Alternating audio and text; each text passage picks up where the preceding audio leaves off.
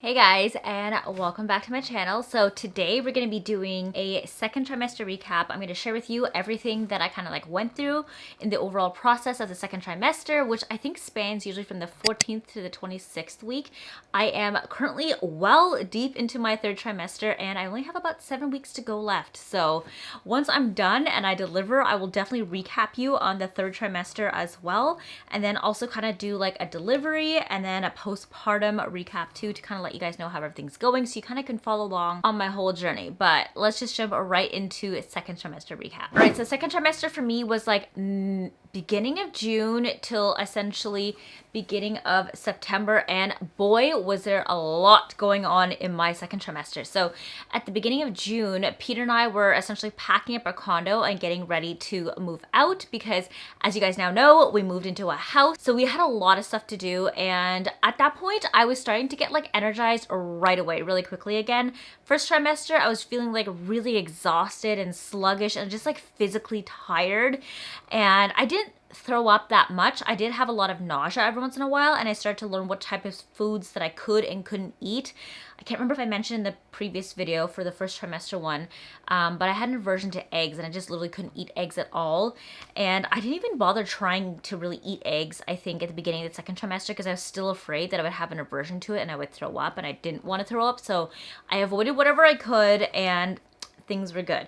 So in June, we were speaking to our landlord and essentially like organizing like when we would be moving out, when the tenants would come to view the place, and when we would be switching keys and all that sort of jazz. So we spent essentially almost, I think, the entire month packing up our condo and coordinating everything, scheduling when we would move into this house. So it was very, very, very busy. But what I did find out is that like almost all of my symptoms were like textbook when it came to pregnancy and like timing wise. Like the minute I switched over into my second trimester, I instantly had so much more energy. I wasn't exhausted, having to sleep all day long every single day during the first trimester. That really killed me because I had like no energy to do anything at all. But in second trimester, because we had to move and pack everything up, I think it happened perfect because I was able to just have the right amount of energy to do anything and everything. I was like shooting every day, creating content, creating like backlog of work to be able to post while we were busy moving so that you guys would still have content to see. I know we slowed down a little bit just because I had to take a little bit of a break to be able to move and like prep everything and to move into the house. So there was that. I was just very, very happy for this entire second trimester that I would have my energy back. And I had a fear because third trimester is known to also feel like a bout of exhaustion again, that all that energy would go away and I'd be just as tired as first trimester. But more on that when I do my third trimester recap, and I'll let you know how I actually felt then. So that was essentially most of, I would say, June. Midway through though, actually I started feeling my very first kicks at 16 weeks. So it's actually quite early, and most people say that women who are pregnant for the first time ever don't usually feel the kicks that early on. You usually feel it a little bit closer to like the 20 to 24 week mark ish, but I started feeling like the fluttering and what they would call, I guess, like the quickening in your tummy at around 16 weeks. So that's 2 weeks into the second trimester. Now I actually only just found out about this and why it happened like a few weeks ago, like maybe a month ago. It's because my placenta is actually sitting along my back, so it's a posterior one, and the baby's actually quite close to the front of my tummy, which I guess there's less in the way to block the baby's movements from being felt. So I felt little like flutters and I felt like gas bubbles, but like I know what gas bubbles felt like, and it didn't feel like gas bubbles. It felt like little butterflies just like tickling around inside my stomach. So it's like, okay, is this it or is it not? Like I asked a lot of people. I asked my friends, relatives, family members, my OB at the time, even my GP, like, is this the baby? And they're all like, oh no, like you're so early on. It's your first baby. It's probably not the case. But looking back now, I know for sure, I'm so certain that it definitely was baby because it couldn't have been anything else. It wasn't the right type of feeling that gas bubbles would give me. So it took quite a while actually before Peter started to be able to feel the baby's movements. I don't think he was able to actually feel any of it until maybe the 20-week mark. And that in itself is actually quite early as well for partners to feel their partner's babies moving around inside of them. I think usually they start to feel them at around like the 25-week mark, but because I said that my baby was like sitting so high up on my stomach at like the surface level, you could feel everything through there. And it was such a weird sensation. I think in my head, I know like some women absolutely love it and they love the feeling of having their babies move around inside of them. Genuinely, honestly, I don't enjoy it at all. Going into pregnancy, I always thought it was like a little bit strange whenever you'd watch videos of like stomachs moving, you can like see hands like shifting around and stuff. It literally looks like a scene out of Alien, and I know I'm probably gonna get ripped into this by some of my viewers or strangers who are watching this and like, it's such a beautiful moment, you should be grateful for it. I disagree. I think you can definitely hate the whole process of pregnancy and still love your children, and I think I'm in that boat because my pregnancy has definitely not been an easy one thus far. The sensations at first were interesting and I was excited because I'm like, oh, that's my baby, it's moving, it felt real now. But then as I progressed along in pregnancy and the movements and the sensations started getting like stronger and more frequent, it started to get like really uncomfortable beyond the whole like, I can't wrap my mind around this and it feels just like strange, and the discomfort levels, I don't really enjoy it. I'll get more into that in the third trimester recap because it's gotten more and more discomforting as the baby has grown. But at that point, it was just like some small flutters and like some light like bumps and kicks here and there.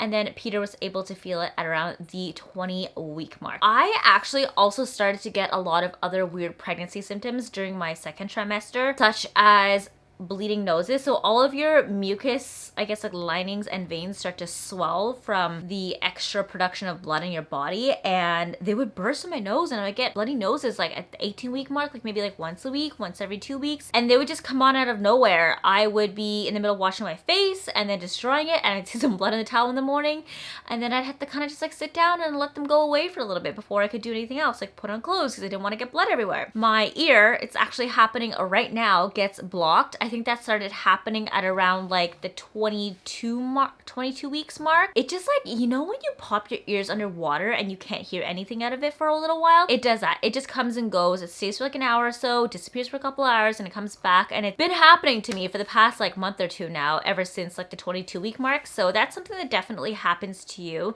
And I started getting intense calf cramp. You guys know, if you watch my pregnancy travel tips, that I wear compression socks when I'm on a flight because it helps to kind of like boost circulation on my lower extremities, which is like my knees and downwards. I think I might have to actually start wearing them when I sleep at night, because sometimes when I sleep, I get Charlie horses and cramps in my calves out of nowhere. So I've learned and taught myself like new techniques on how to stretch my legs to not really, I guess, trigger those calf cramps, because man, are they painful. When you get a Charlie horse at like 4 o'clock in the morning, it is not fun.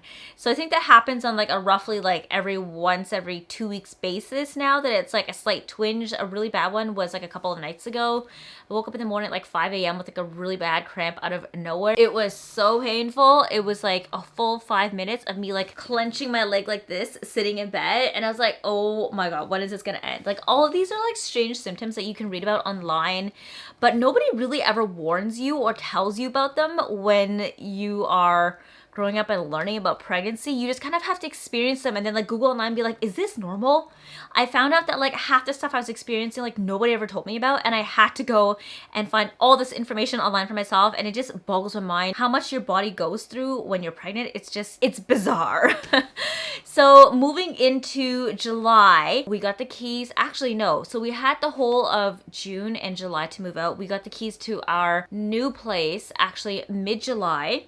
Our moving date was like July 15th, and then we spent the whole last 2 weeks of July, as soon as we got the keys, kind of just like moving things in slowly every single day. We moved all like the small stuff first, and then on one of the last weekends, we moved all the big things with the truck. And oh my god, it definitely started to weigh down on me towards the end of it, because I think that was getting close to like the 22-week mark or so. I was starting to feel a lot heavier. The bump was getting in the way. It was harder for me to touch things. I would get exhausted. I couldn't lift heavy boxes anymore without feeling strained. And you start to realize how much you rely on your abs for body motion and movement for anything and everything. Like, I could barely get up out of bed by myself. I could barely get out of cars. When I would like reach up to grab something, I could feel my abs flexing. When I bent down to do something, I could feel my abs flexing. And because your abs are so stretched out when you're pregnant, it just starts to get really uncomfortable. and everything causes some sort of discomfort as you're moving around doing stuff. So I was essentially banned from holding or touching any like heavy objects or boxes. Poor Peter, he was a trooper. He moved so much stuff while I just like packed things away. And I'm so thankful that we had so many friends and family members come and help us out to move things into the house. Otherwise, I don't know what we would have done if we had to do that all by yourself. It would have been really stressful. And honestly, to now, we are not even like fully moved in. We still have some stuff in boxes lying around because we need to buy some IKEA furniture for them to be able to organize, and that will probably happen in the next couple of weeks to a month or so. We just got to get a truck because we want to get some PAX organizers, so everything's just still kind of like sitting in boxes. Mostly clothes, all the essentials we've more or less put into place and we've settled in. So after that, you guys know in August we went to Spain for like 3 whole weeks. We literally, I think, had, when we moved out officially from the condo into here, about like maybe less than a week to truly kind of like settle in, unpack some things, and to start to build like a slight routine before we had to catch a flight out on August 8th to go to Spain. And we stayed there for like 3 weeks. So for the first month, we were barely even in the house. And oh my God, Spain was absolutely incredible as a trip. But looking back now, I was like, wow, I put my body through so much. Okay, so the first week we were there with Mel and Dave, everything was fine. As you guys know, if you watch my videos and my vlogs from our trip, it was like 45 degrees there because it was so hot. Peak of summer, all of the locals had already escaped and went down south for their own vacations. And we just essentially had Madrid to ourselves. So it was great. Madrid was perfectly amazing. It was hot. We got cute photos. We did shopping, saw some sights, ate food, had fun. Phenomenal. And then Mel and Dave went off to the Balearic Islands, and Peter and I went down to Granada for about like 4 to 5 days. And then we went to Malaga and Marbella for another 3 to 4 days, and then we went to Seville for like about a week.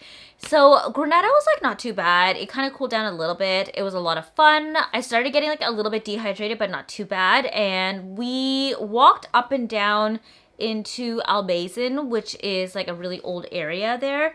And we had fun because it wasn't as hot as Madrid. It was like a couple degrees cooler. We took a lot of breaks, and it's a much smaller city, so you don't explore as much. It really hit me towards the last half of the trip when we were in Malaga and Marbella. I did touch on it in the vlog for Malaga and Marbella, and I'll link it down below if you guys haven't watched it yet, that I think I got a bout of food poisoning. And for a solid 5 to 6 days, I was essentially best friends with the toilets everywhere. Like I'd had to wake up in the middle of the night like 4 to 5 times. I'd had to ensure that I went to the bathroom right before we left the hotel every single day. Always go to the bathroom when we're out and about, just to make sure I wasn't caught somewhere where I didn't have access to the bathroom. And while we were in Malaga and Marbella, it was like beach central because everybody's going there in their swimsuits to go relax at the beaches, and it just wasn't great because when you want to be able to enjoy the hot weather by the beach and kind of like chill in your swimsuit and in the water, you don't want to constantly be rushing to a bathroom back and forth, let alone while you're traveling. So one day we decided to do a really long walk from Marbella all the way back to Malaga because I wanted to sightsee along the sand, and that walk itself shouldn't have taken longer than like maybe an hour according to Google Maps, but because of me being pregnant and it was like so hot, it took us a little over 2 hours. I think in the process of that, I started to get really bad cramps. My Braxton Hicks came on. I think they came on at the 20-week mark. It just got really bad because I was also really dehydrated at the same time too because of the heat and everything combined together between like the food poisoning, dehydration, physical exertion, and like just everything was just bad for my body. It was so stressed and taxed that I think my body at that point just like gave up and said, screw you. It forced me to sit down every 5 to 10 minutes at a bench to take a break, drink water. I drank so much water that day. I think within that 2 hours alone, I drank like 2 liters of water. We had to buy some more. Ate, snacked. At one point, we're like, we're gonna miss this bus to go back home to where our hotel is if we don't get an Uber right now. And the funny thing is that hour-long walk that turned into 2 hours, if we were in a car, it would have literally taken us like 10 to 15 minutes. So now when I look back at it, I'm like, you were so stupid, Vic. You should have just taken the car ride back so you wouldn't stress yourself out either with like A, time, because stress is really bad in a pregnant person as well. And then also B, you wouldn't physically stress yourself out with all this like overexertion of energy. So note to self, and this is where I learned to be really patient with myself when traveling, which is what I shared in my pregnancy travel trips video, is to listen to your body, and when it tells you enough is enough, you gotta just listen to it. So yeah, that's what happened in Spain. And then we came back here and we got some downtime. I got to relax for a little bit to kind of like recuperate. I got to integrate myself back into like a normal diet again. And ever since then, it has honestly just been like a crazy go, go, go since the end of August until now. And we're like midway through October. So it's been another 6 weeks since then. Second trimester essentially for me ends at I think 26 weeks, which is the beginning of September. So right after we came back, I think I was around like 23 weeks or so. I had 2 weeks where I had to like kind of relax at home and organize things before we could go see the doctor and meet my new OB here for the first time ever. And then to go through all of that, I had so much blood work to do. I had to get like to make sure that my iron levels were up. They were really, really low. So I started taking iron pills again. And then I think it was more into the third trimester where I had to take all like the glucose tests. So I'll summarize all that up in the third trimester. But honestly, all in all, second trimester, it was strange. I think I gained a total of like 10 pounds or so from beginning of pregnancy until then. I got a lot of energy back. I wasn't like physically sleepy all the time, which was really great. It gave me the energy that I needed to go on the trip, to move houses, to visit and see friends. Of course, for myself, I really just like royally screwed myself over with the physical exertion when we were in Spain. So yeah, I learned that and to take it careful. And if I ever feel contractions early on, just to like take it slow for the day. And that was essentially it. Second trimester was like a blessing to me. I felt normal again, minus the part that I had something growing inside of me and I felt like heavy all the time and like consistently hungry all the time. It just felt like I was back to normal again, and almost as if I wasn't pregnant. So it was an interesting time, and a lot definitely has changed since then. Your body does grow a lot more. You get a bigger belly during second trimester, but you don't grow as much as you think you would until you hit your like 5th or 6th month or like deep into your third trimester. That's when baby really pops. I started popping a little bit more in the second trimester and I would show. We got a lot of strange looks when we were walking around in Spain because I guess maybe pregnant people just don't wander around in like crop tops and shorts and skirts and swimsuits all the time. I don't know. I don't know what the culture is like there, but a lot of people stared at us and it was like really weird when they kept looking at my belly the whole time. Here in Toronto, people just go out all willy-nilly whenever they're pregnant. They don't really care and they just wear whatever they want. So I was just used to that and I was expecting more of that kind of attitude, but it definitely wasn't the case. I felt like I was getting ogled at quite a bit. So that was an interesting experience there. But other than that, I felt amazing. My skin's been really great. I have stopped losing hair, which is what they usually say happens during pregnancy because the hormones kind of like lock your follicles in place so you don't lose as much, but then you can end up losing a lot of in postpartum. So I'll let you guys know how that works when you have the postpartum hair loss.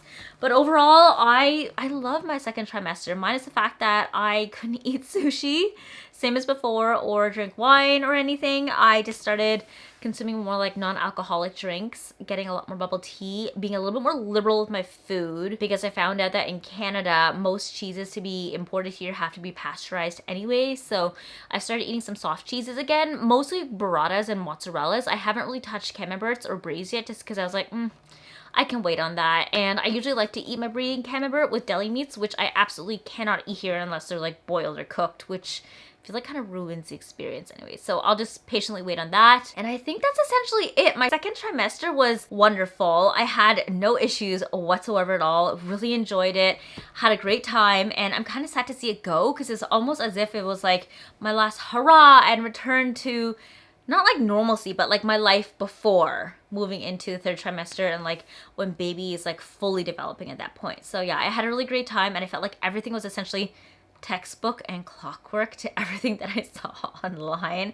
And then moving into my third trimester, everything seemed pretty textbook and clockwork as well. But yeah, I hope you guys enjoyed watching this video and kind of recapping with me how everything went in the second trimester. Let me know if you have any questions at all with any of my symptoms or how things went. Drop them in the comments down below. Or if you have any stories of your own personal second trimester to share with me as well, I would love to hear them.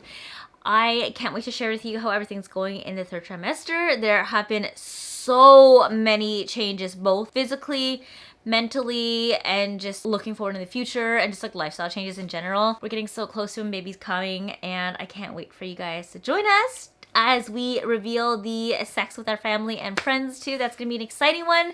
So for everybody who's asking what the baby's sex is gonna be, you will find out very soon. We're not revealing the name yet until after baby's here. I might do a little video that's kind of like sharing all the names that we won't be using, so you guys can kind of maybe get a theme or a trend from that. I don't know, but I hope you guys enjoyed this video. I would love to see you in the next one, and if you haven't already followed me on Instagram and TikTok, make sure you do, so you guys can see updated videos from me every single day. Otherwise, I hope you guys have an amazing day. I can't wait to see you in the next video. Love you so much, and I'll see you next time.